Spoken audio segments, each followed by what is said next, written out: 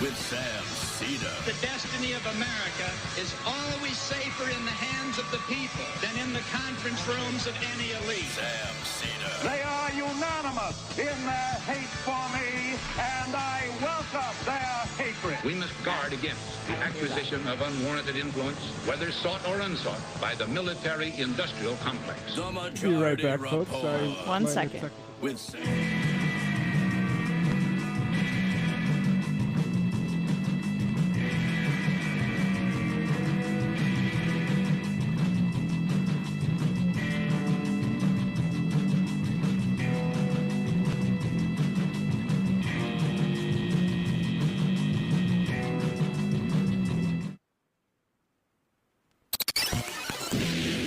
Majority Report with Sam Seder. The destiny of America is always safer in the hands of the people than in the conference rooms of any elite. Sam Seder. They are unanimous in their hate for me, and I welcome their hatred. We must guard against the acquisition of unwarranted influence, whether sought or unsought, by the military-industrial complex. The Majority Report with Sam Seder.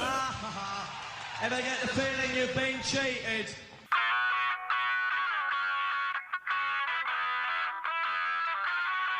It is Thursday, July 7th, 2022. My name is Emma Vigeland, in for Sam Seder, and this is the 5-time award-winning Majority Report. We are broadcasting live steps from the industrially ravaged Gowanus Canal in the heartland of America, downtown Brooklyn, USA. On the program today, Matt Huber, professor at Syracuse University and author of Climate Change's Class War, Building Socialism on a Warming Planet. Meanwhile, Boris Johnson is officially resigning as prime minister after dozens of his cabinet members took the lead on that front. Down goes Bojo to make way for another terrible Tory. Back in the U.S., cops say that the Highland Park shooter admitted that he was contemplating a second massacre at a parade in Wisconsin, which is where he fled. Emails show that Biden had planned to nominate the anti-abortion Republican to a lifetime federal judgeship on the day that Roe got overturned. They scrapped that. Come on, man. Come on, man. Come on, man. Roe getting overturned really messed with my announcement. My big deal with Mitch. For what? For peanuts. Rolling Stone has obtained audio from the leader of an anti-abortion activist group saying that she prayed with the Supreme Court justices. Didn't say who. Hasn't been verified, but that's what was said. Try again. Schumer is gearing up for another dance with Joe Manchin on drug prices. A bill that would allow Medicare to negotiate directly with manufacturers, but with a few industry-friendly tweaks this time around. France will nationalize its largest utility company, EDF, with the Russian war in Ukraine being the final nail in that coffin. We should take note here in the United States. It's now being discovered that James Comey was conveniently the subject of a 2017 hyper-intensive audit on his taxes. A kind of audit only done to 5,000 people in the whole country in a year. So that was during Trump's tenure. Just odd timing. Workers at an Amazon warehouse in Kentucky are officially unionizing with Amazon Labor Union. And lastly, WNBA star Brittany Griner has pleaded guilty to drug charges in Russia. What this means for her release, I do not know. But free Brittany Griner.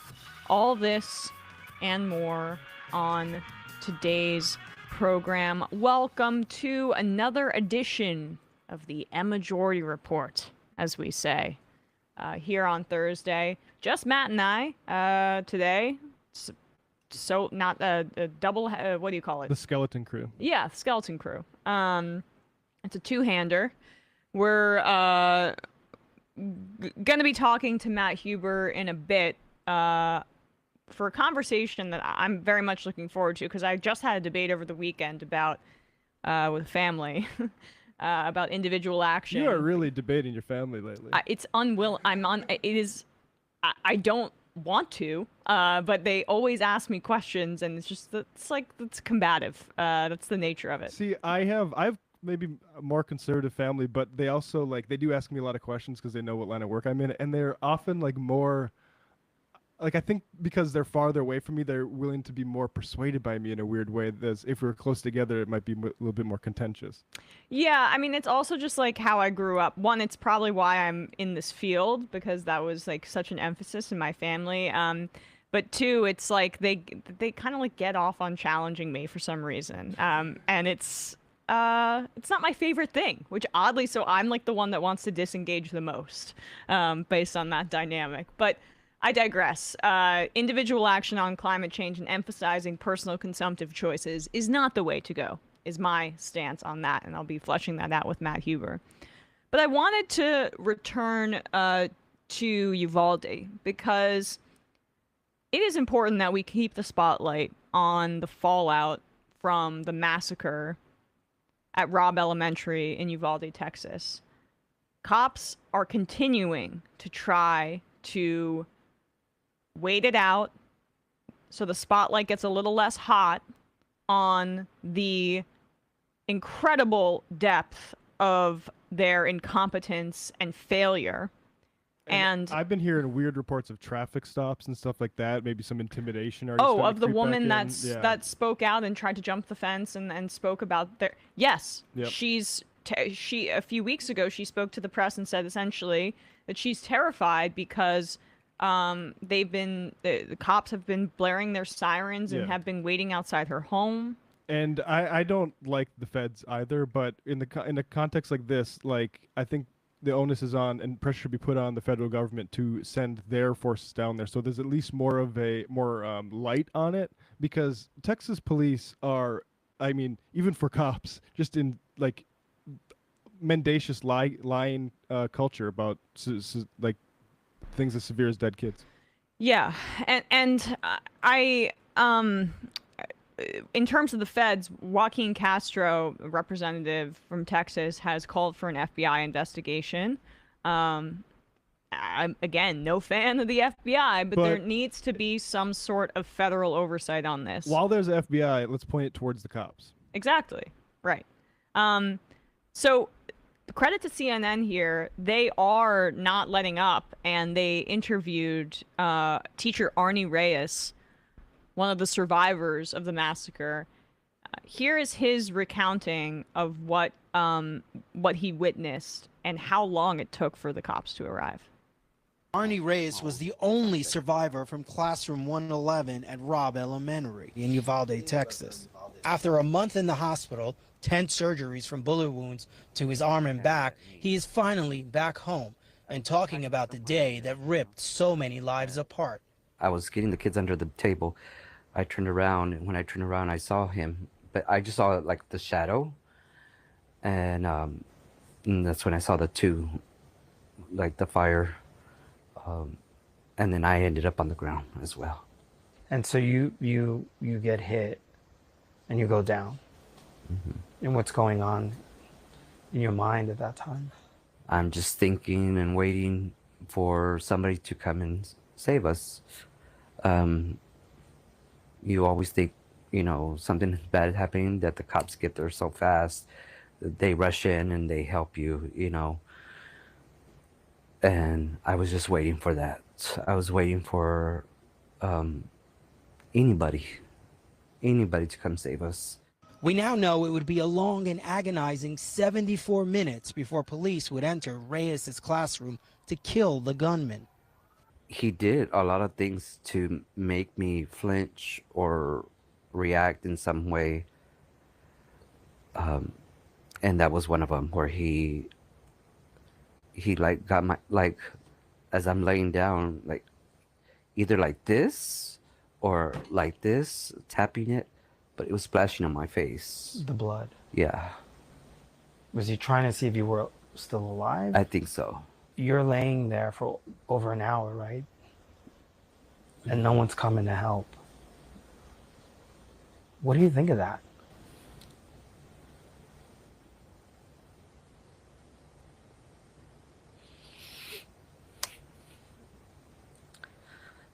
That they forgot us. I mean, they probably thought that we were all dead or something, but if they would have gone in before,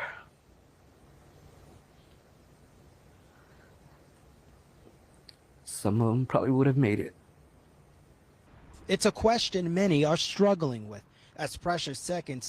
Yeah. So, I mean, credit to the bravery of Arnie Reyes there. I mean, like, the fact that the immediate right-wing response, I can't get over this, because they've abandoned this because the facts don't even approach anything close to, like, a case that they could make to blame the teachers. But, you know, Lieutenant Governor Dan Patrick was out there blaming teachers for not closing doors. And which was a lie planted by the cops. Exactly. And the cops' lies continue to drip, drip, drip out. Yesterday, the Advanced Law Enforcement Rapid Response Training Report indicated that there was a cop that had the shooter in the cops' crosshairs and could have shot the shooter and held off on firing to, quote, await confirmation from his supervisor, which was that was the entirety of this, right? Which was a lot of people standing around, twiddling their thumbs, waiting for some sort of authority, even though they had all of the training, the requisite training that is supposed to stop this. The book says once you have 2 or more people, you breach and stop the killing. That's like literally the handbook. And they didn't do it. And so this is why, one, putting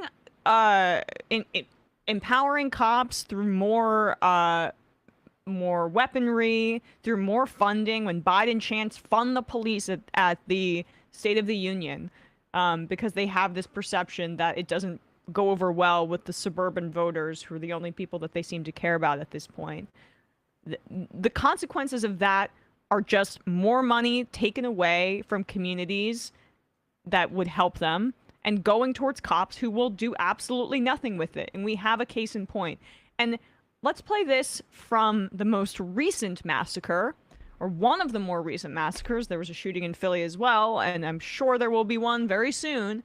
But the Highland Park massacre that happened on July 4th, this is a reporter speaking to Highland Park police about how the shooter, Bobby Crimo, was able to legally buy the gun after he had 2 wellness checks on him and had other weaponry like knives taken away from him because of the threats that he was making. How that did not set off some sort of red flag law in Illinois when that's supposed to happen under their state regulations.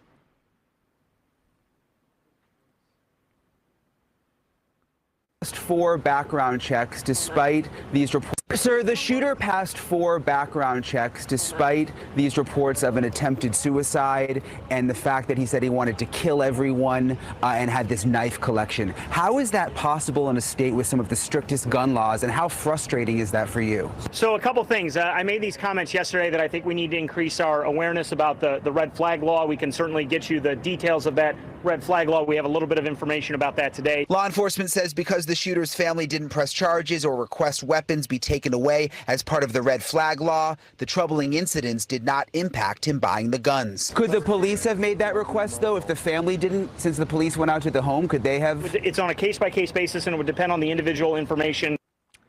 So the answer to that is yes. The police could have flagged this, and they could have used their discretion in order to plant that red flag, but they did not. And so, but these twin instances, these twin mass shootings, but one which has an incredibly egregious police response that could be covering up something larger we still do not know, which is why there needs to be a federal investigation into this. And the kind of just standard police response here, which is to not take these kinds of things seriously, it just goes to show that leaving gun control in the hands of the discretion of cops and responding to gun violence and massacres like this is not the right way to go. And you know what? The bipartisan bill put together by Cornyn and others, heralded as this big victory, does exactly that. It gives law enforcement more discretion and more and wider, potentially, we don't know the full details of it because it has to go to the House and get fleshed out, but potentially gives them more funds in order to combat gun violence. It's all empowering law enforcement to this degree. It's the wrong way to go. You need to target the manufacturing and the sale of this weaponry. These kinds of weapons should not be on the streets. Yeah, wanting to buy that weapon is a red flag in and of itself. I saw this thread of, you know how gun pedants always get in there and be like, well, it's actually this, and so you can't do that. They were convinced that was an AK-47, and they're like, look at all the people that are going to say that he bought it legally, right? Well, guess what? It wasn't. It was a gun that he actually bought legally. So now what? I mean, nobody should be able to buy that kind of weaponry. Like, even if you want to entertain like community self-defense, personal self-defense, or like needs for hunting, that is not necessary at all. Nothing remotely. Those magazines should be illegal, and modifying it should be illegal. And if you do it, you should go to jail. Yep. So there's not much more to say, except that the focus on red flag laws is not going to help anything. And frankly, if I were a Democrat voting in the House on this kind of legislation, I would sink it. There's zero value in giving Republicans a rhetorical victory where they can seem like they're more reasonable on gun control than they are for legislation that's going to do absolutely nothing and might actually have negative effects because it gives law enforcement, gives cops who have been proven to be incompetent at best nationwide more power, which is the exact wrong thing that we need right now. Yeah, as they tell us to go out and protest for abortion rights, they're giving the cops more money. Who's going to be smashing heads? Yeah. More money for tear gas. All right, with that said, we're going to take a quick break, and when we come back, we'll be joined by Matt Huber.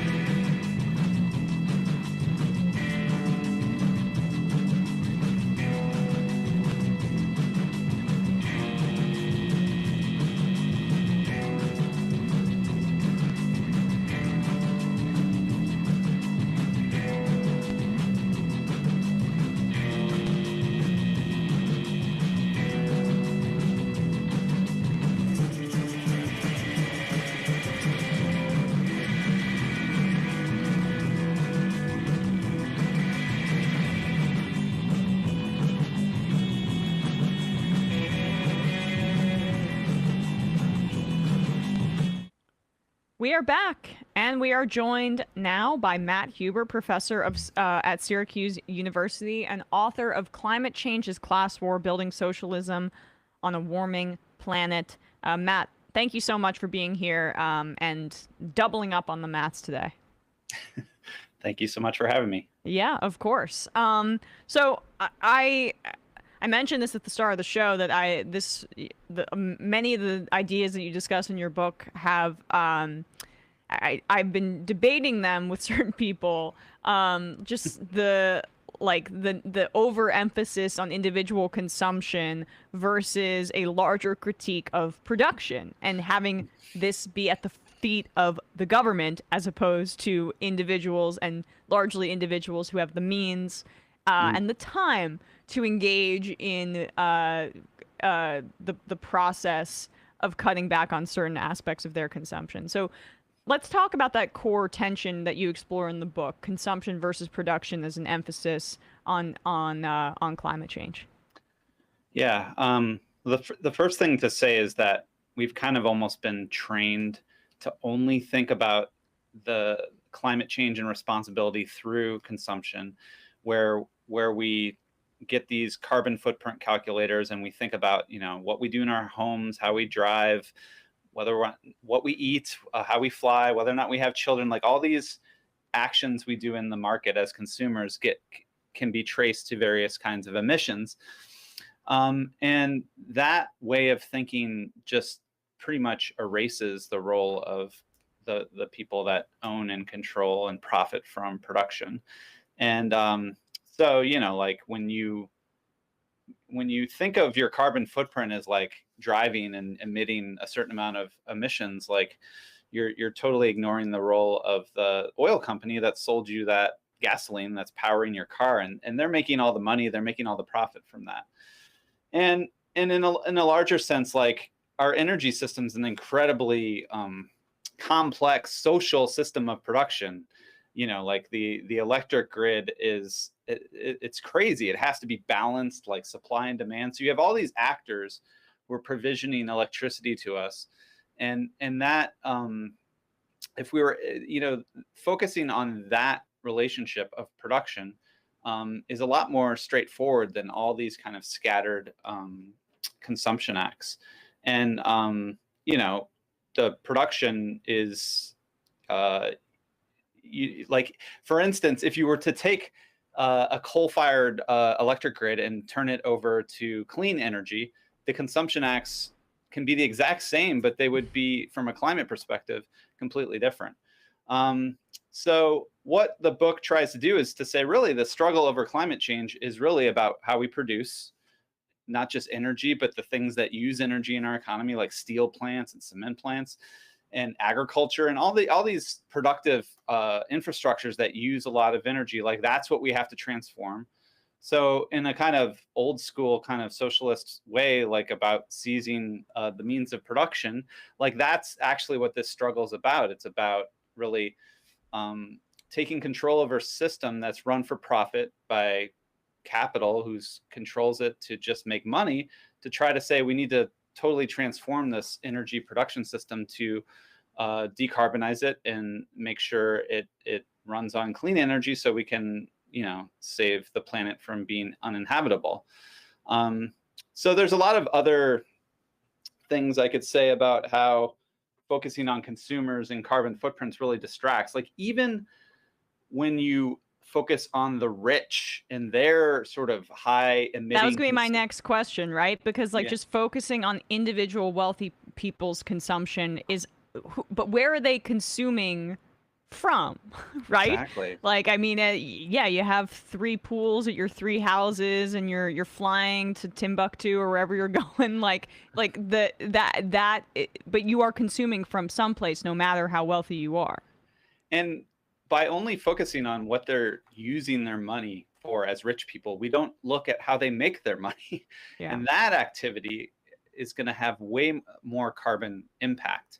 So you could take a CEO of a fossil fuel company that spends like 12 hours a day, like managing a global network of fossil fuel extraction production systems. And yeah, maybe they might go home into their heated pool that uses a lot of energy, but their activity of being a fossil fuel exec is way more impactful than what they're doing in their private consumption life.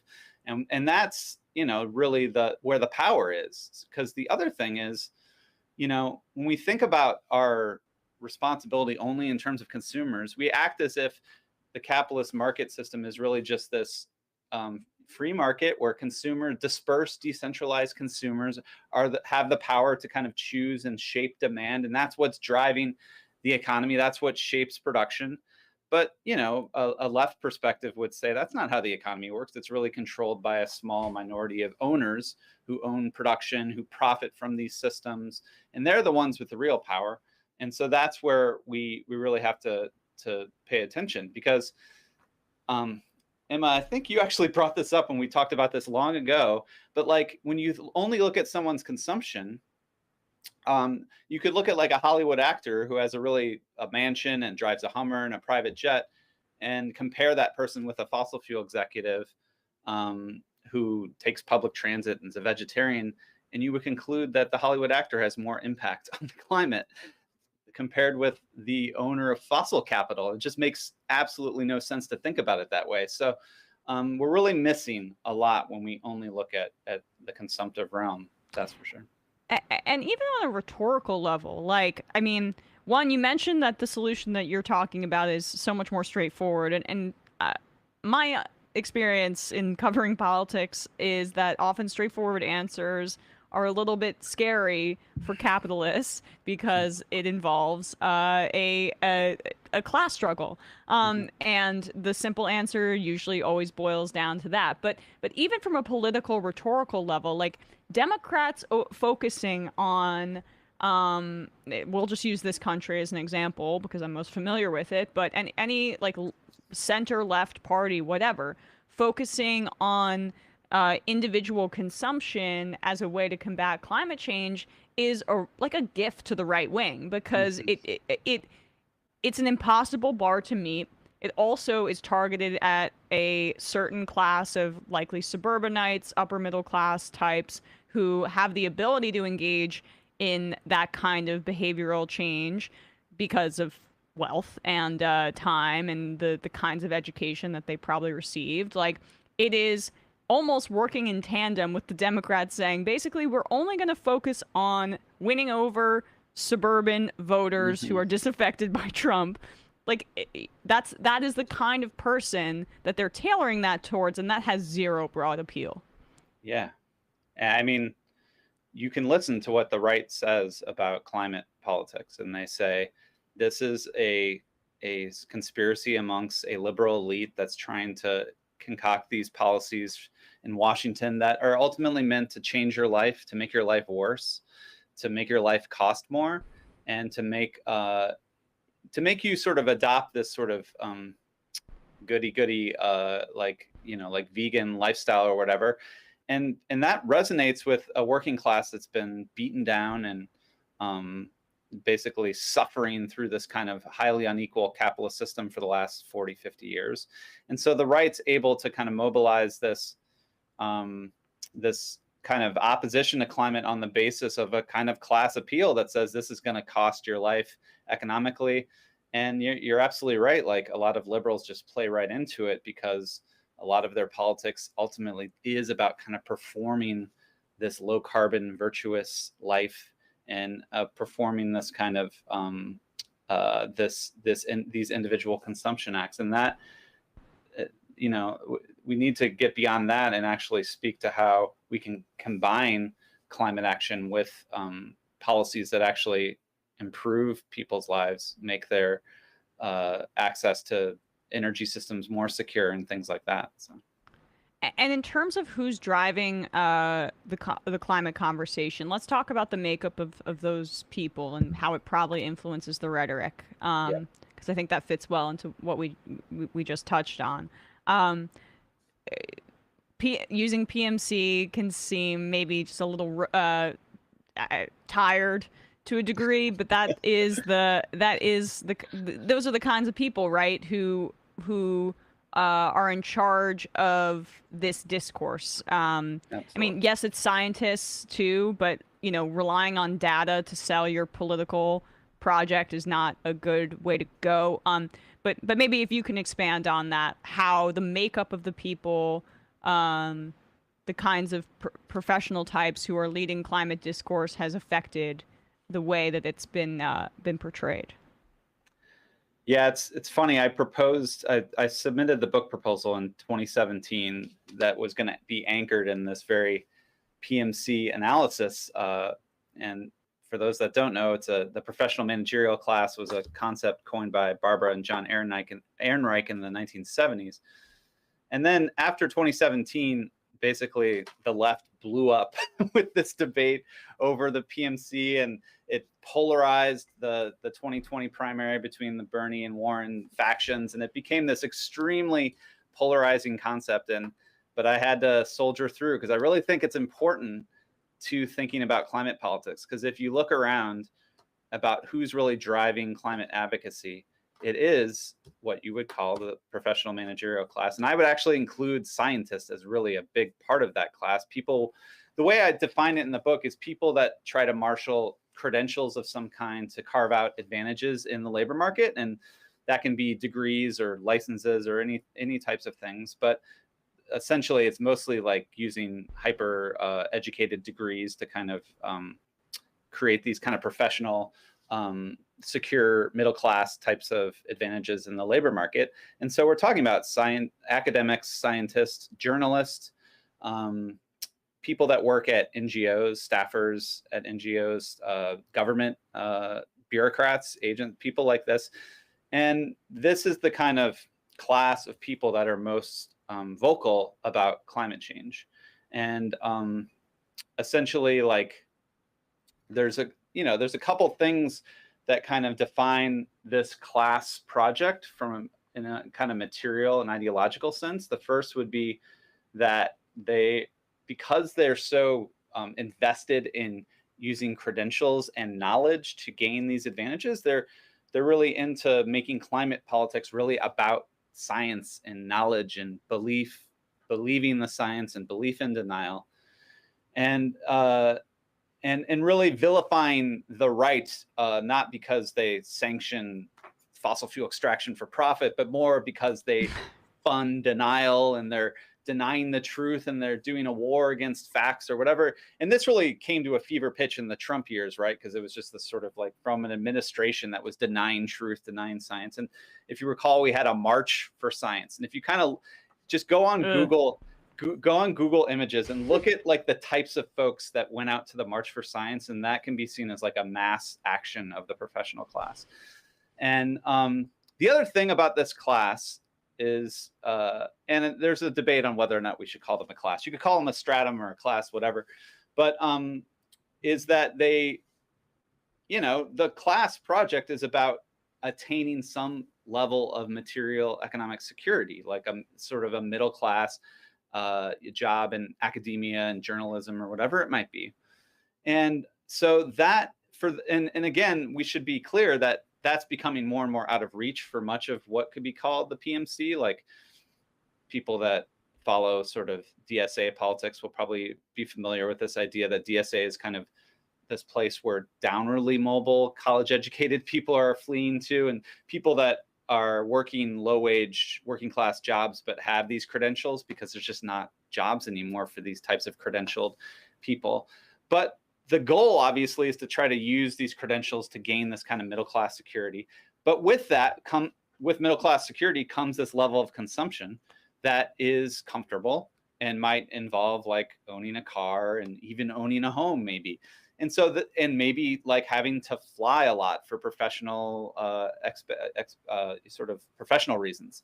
And so with this middle-class security, a lot of the PMC discourse becomes really focused on their own consumption as the driver, because they're participating at such a high level in these systems of consumption.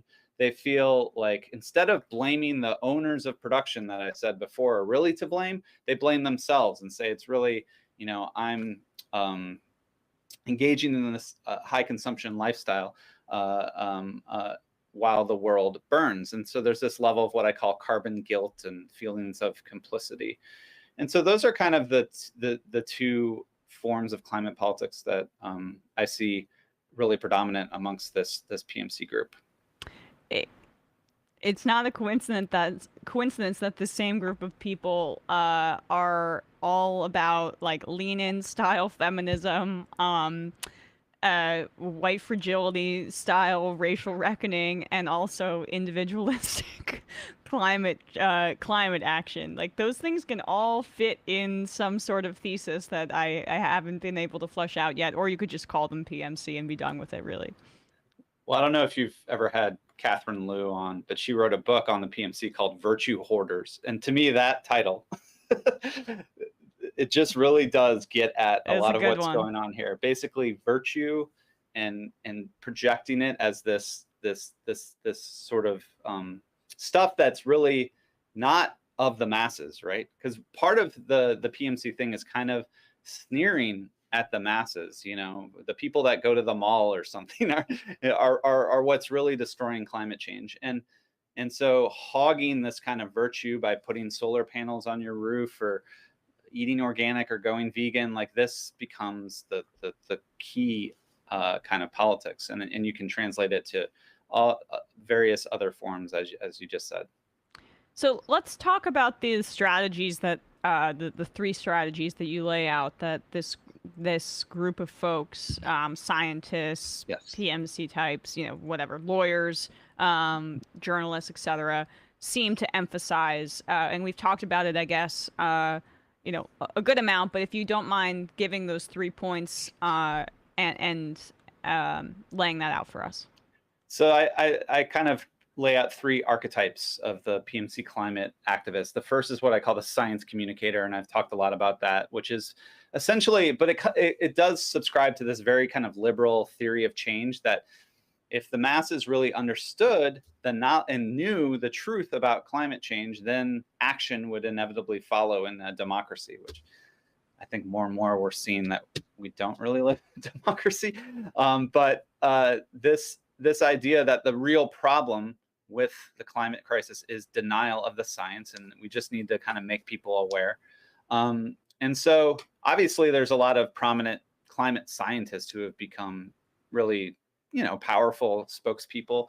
But I think there's also a whole kind of cadre of journalists and other, I don't know, I guess you call them influencers now, who are really sort of invested in what the science has to say and like trying to fight denial of it, right? So the science communicators. The next one is what I call the policy technocrats. And these are the folks that really propose a whole set of like policy technocratic fixes to the climate crisis. And these really emerged in the 1980s and 90s. It's sort of during the heyday of the kind of neoliberal revolution towards free market policies. And these policy technocrats sort of ceded the ground and said, okay, the right Reagan revolution has won.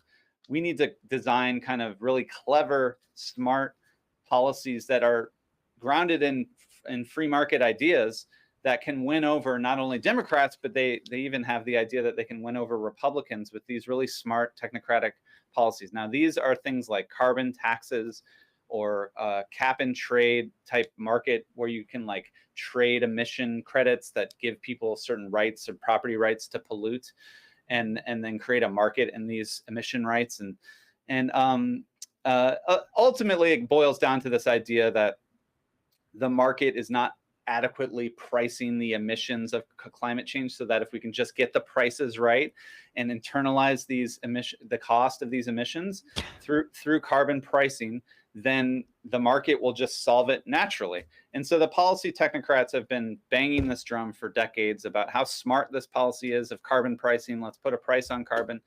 But you know, as we've hinted at before, like it might be smart to them, but when you actually try to implement this, it ultimately leads to raising the price of energy.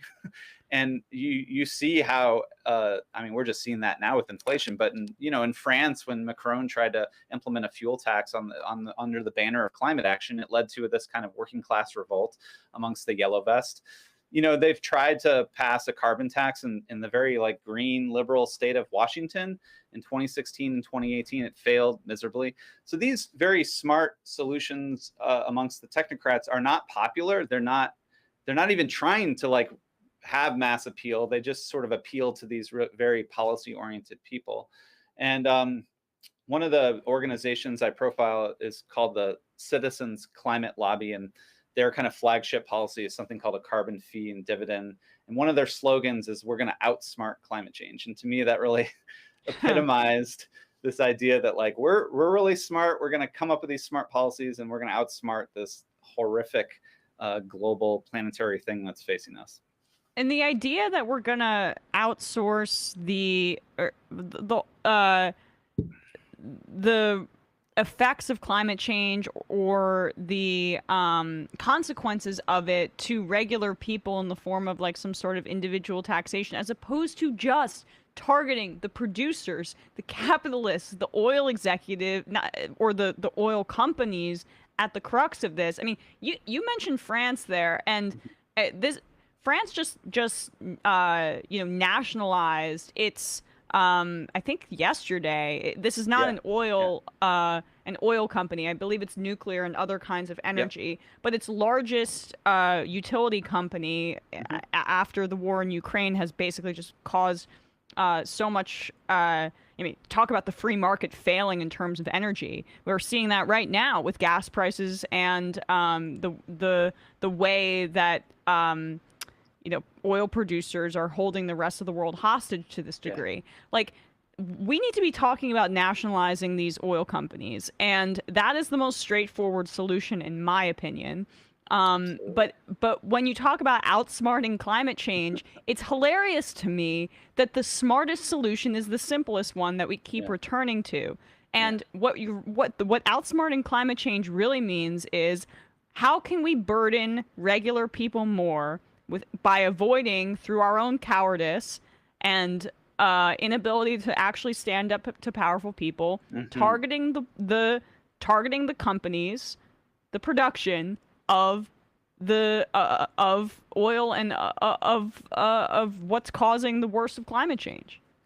Yeah, I came up when I was writing this book. I came up with a little pithy slogan that we should not tax molecules, we should tax the rich, which is it's insane, because the idea of a carbon tax, carbon is this neutral stuff that working class people use, you and I use, rich people use, and this idea that it's causing climate change, we're going to tax this neutral stuff.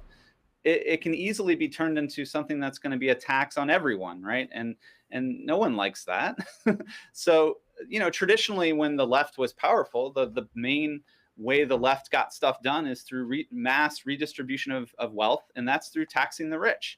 And so we need a massive and taxing of the rich. And by the way, over the last 40 years, nothing but tax cuts for the rich, from Reagan through W through Trump, like that's just what they've been doing. And so we could, and that even, if we don't even want to, obviously I'm all on board for nationalizing the energy sector. I think that's something ultimately we have to do. But if we could just make our tax regime way more progressive and generate a huge amount of revenue to actually invest in remaking our energy system and remaking our infrastructure, like that kind of big, let's say New Deal style sort of public goods, public investment regime. And in the New Deal, they tax the rich at these incredible levels too. That's what we need. And focusing on the molecules sort of distracts us from this class struggle that we're facing, and what we need to do to solve it. It is. I'm hoping we can flesh out the class struggle element even more, because as you mentioned and we talked about, the people dominating discourse are the professional managerial types, etc. Poor people are essentially left out of climate debate, and not just poor people within the United States, but the global South is largely ignored, and the global South is going to bear the brunt of how of climate change as it continues to wreak havoc on the planet. Can you talk about that dynamic, and particularly how global capitalism has made nations in the global South vulnerable, and how at the same time they're also given zero voice, for the most part, in the international climate debate? Yeah, well, I would actually tweak that a little, because I think when you go into these PMC climate, they often call them like climate justice spaces, and actually they are very keen on they would say centering the frontline communities that are going to bear the worst consequences of climate change. And the whole conception of climate justice is that these poor, marginalized communities like indigenous peoples and peasant communities who are really trying to subsist from the land and from nature directly, and are seeing droughts and floods and horrific consequences right directly. And I think that's super important, and this climate justice framing is really powerful morally.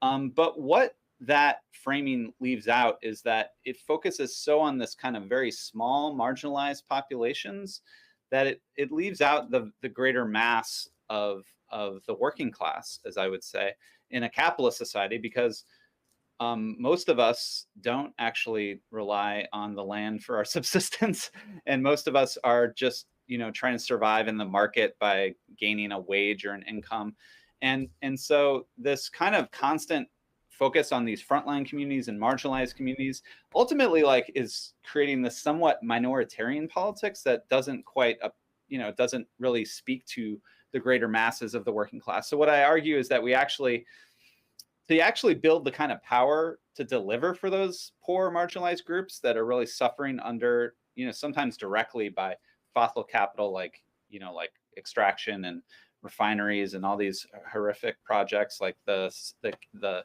Dakota Access Pipeline going through Standing Rock and all these things, to win on those struggles, we actually need to defeat, the same people, oil companies, big capital. We need to build the power to defeat them. And to do that, you actually need to appeal not just to the morality of these disenfranchised, marginalized groups, but you need to appeal to the broader mass of the working class. So what I argue, and it wasn't just me, it's like I think that the genius of the idea of a Green New Deal was that it was going to be a climate program that basically centered just these sort of material gains for everyday working people in a highly unequal capitalist system. So things like a job guarantee, Medicare for all, things like instead of a carbon tax, how about cheaper or even free electricity as a human right? Like these kinds of public goods delivering material gains to the broader masses of working class people could be a way to actually build the power. And then ultimately, I think when you bring up this global South issue, it's really important to realize that in terms of global emissions, historically, the United States is by far the greatest emitter. It's by far the worst, violator of international.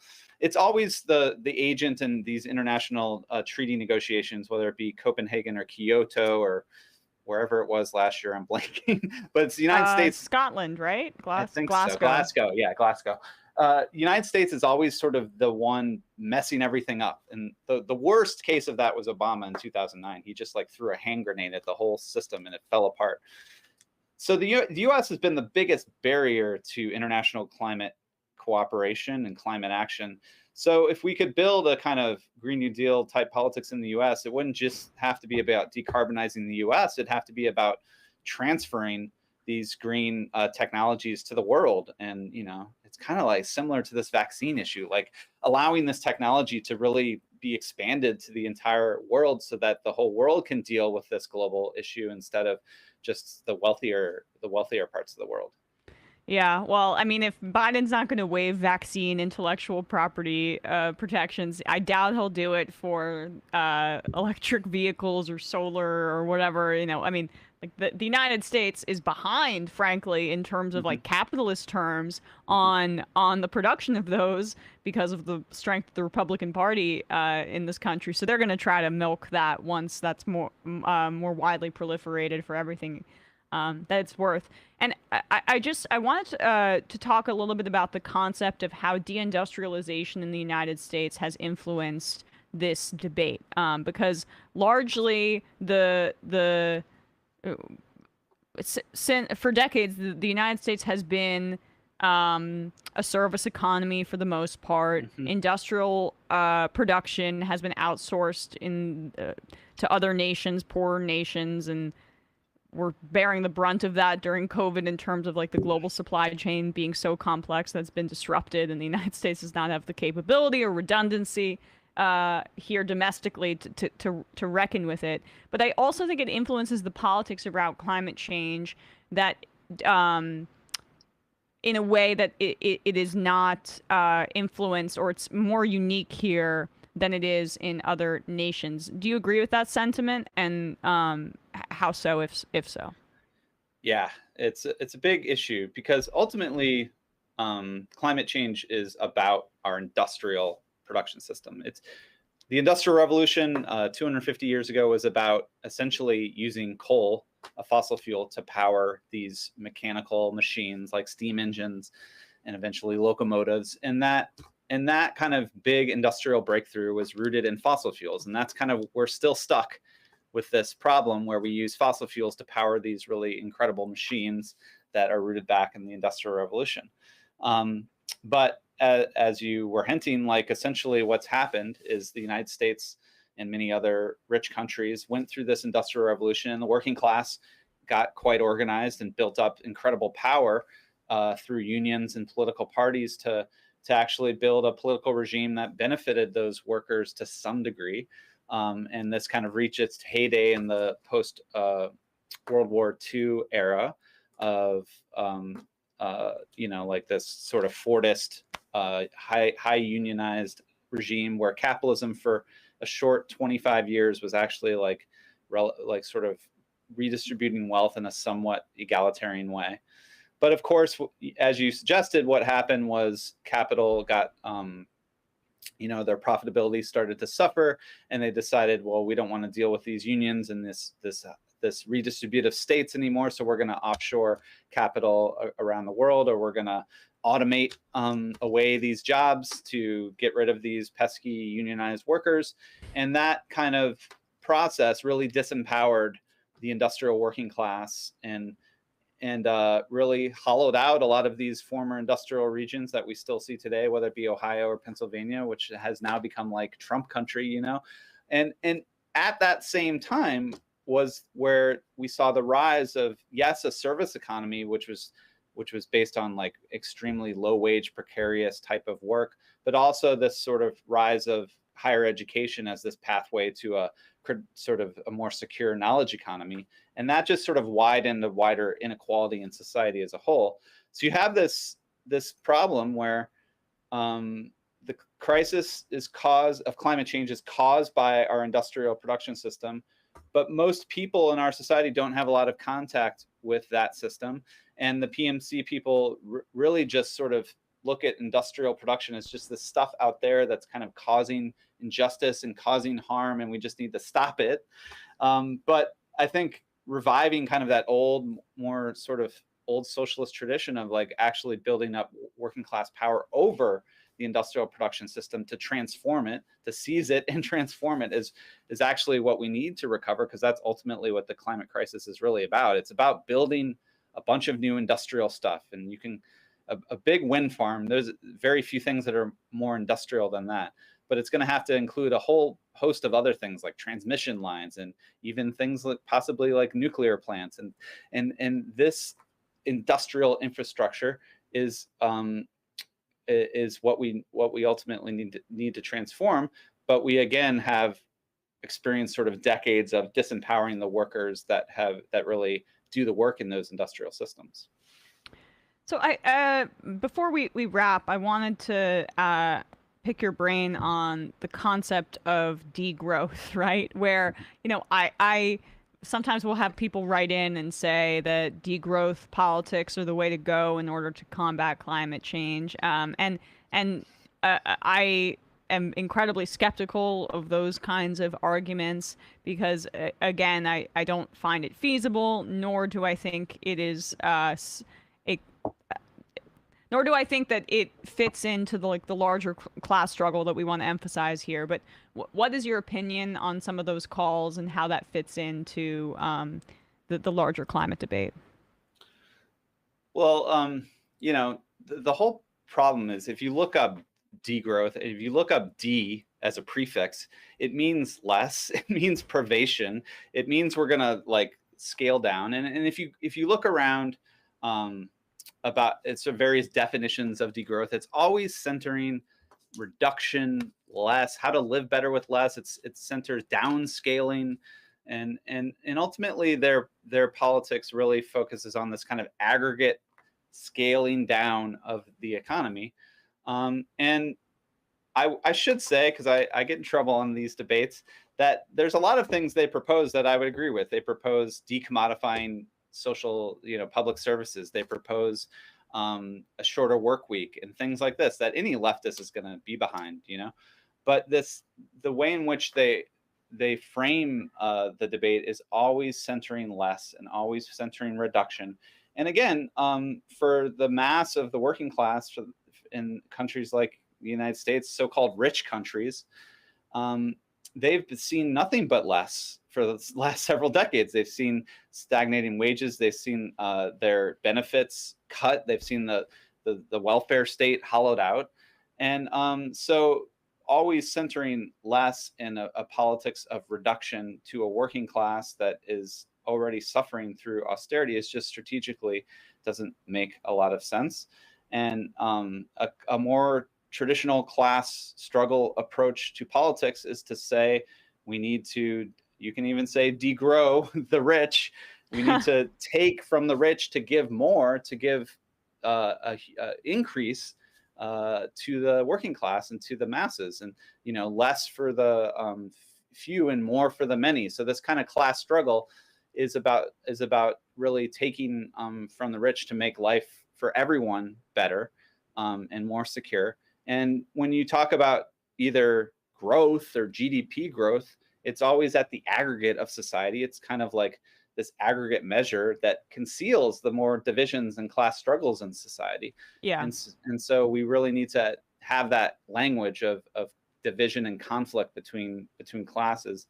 And the one last thing I'll say is they often say, yeah, we get that, and we don't want to degrow the poor countries of the global South, right? We just want to degrow the rich countries, right?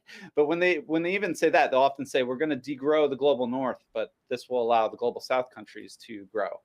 But as I was just suggesting, global North countries are not these aggregate entities. They have huge amounts of poor people and struggling working class people. So saying that we're going to degrow your whole country doesn't help this problem either. And in terms of those politics, it sounds a little bit too close to austerity politics, and we always know who bears the brunt of austerity politics. For sure. All right. Well, Matt Huber, can't thank you enough. Amazing discussion today.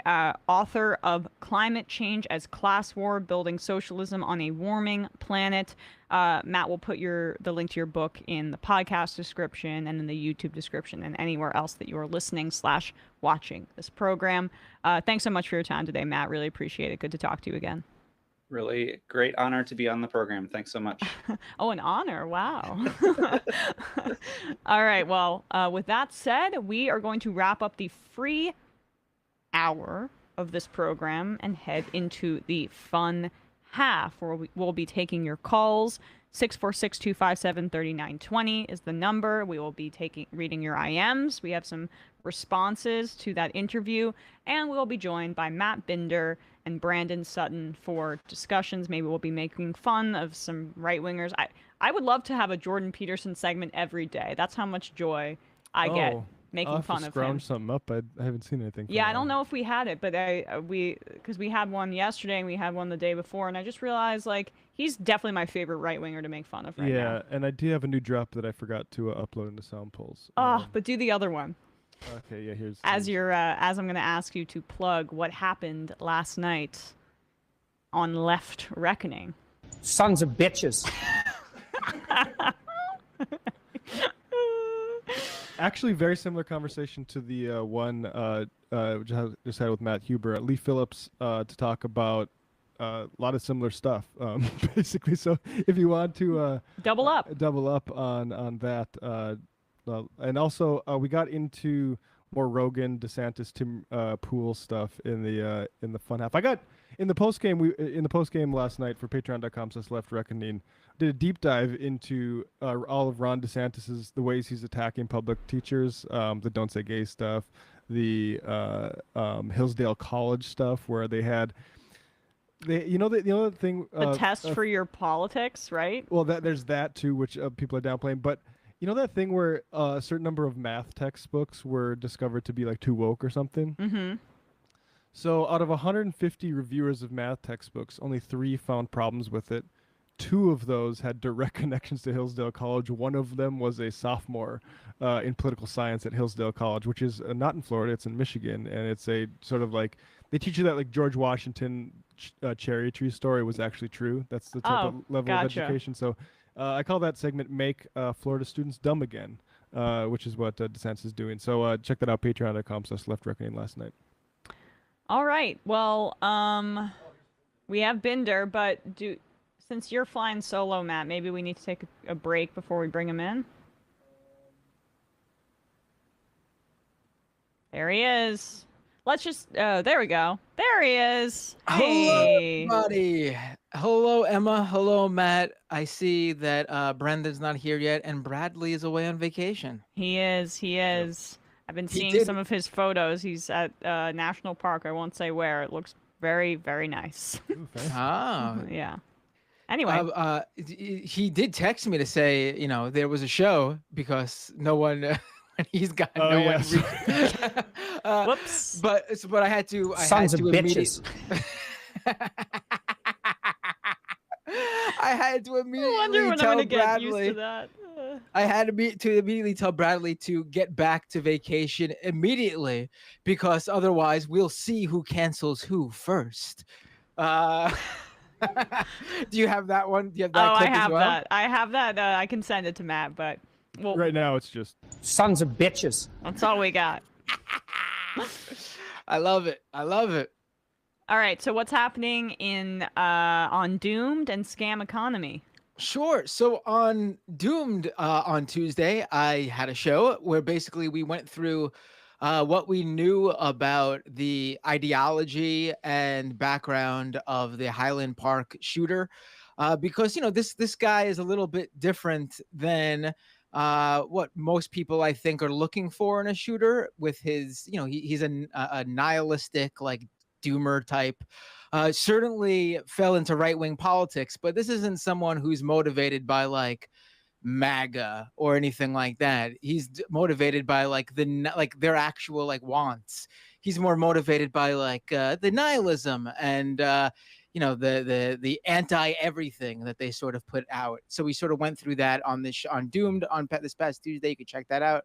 And then on Scam Economy tonight, live at 9 p.m. Eastern time, I will be talking to Ed Zitron about Voyager, another crypto lending platform that has filed for bankruptcy. And the interesting part about Voyager is that they claim to have been FDIC insured. That does not seem to be the case. They seem to have misled their customers. And we sort of get into the whole broad crypto lending sphere as it is, the whole space, and you know, how very centralized this decentralized world is. And so that's tonight, 9 p.m. at youtube.com/mattbinder and scameconomy.com, Apple Podcasts, Spotify, wherever you listen to your podcasts. Awesome. I'm almost hoping the crypto grift stays around for a little bit longer, even though it's falling apart, just so like you continue to have material. It's definitely here. It'll last. All right, great. I should have touched on that with Matt Huber about crypto mining and how that's so terrible for the environment. But anyway, Brandon, what's up? Sorry for being tardy, everyone. I didn't know we were going today. Yeah, well, my it's because bad. Bradley wasn't here, and we are lost without him. But what's happening over on the discourse, Brandon? Nothing yet, but ideally we'll have another episode out for you by the end of the week. I will say I have been also following the crypto news very, very closely, and I've been trying to get my co-host to let me speak at them about my obsession with what's been happening. And so I think they've been avoiding me because of that. I might just have to invite Matt on to let me speak to him about it. Yeah, he would be a lovely guest. Look at that. Yeah, we should definitely. I'd be a We can do guest a- on we can do a either of your guys' collab. shows if you even asked.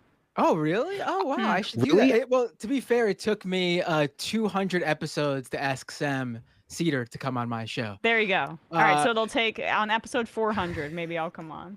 To be fair, I it just feel ended up bad. well, my original plan was after I saw how long it took for Sam to come on the show, I was like, oh, I should have Sam on as the big 100th episode guest. And then the 100th episode just happened to line up perfectly with the with COVID, the COVID pandemic starting. So I was like, maybe I shouldn't be celebrating the 100th episode while everybody is, at least here in New York City at the time, dying. So that got pushed back, and then it just ended up being the 200th episode.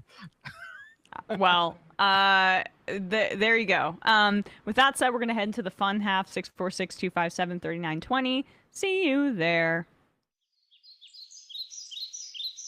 3 months from now, 6 months from now, 9 months from now.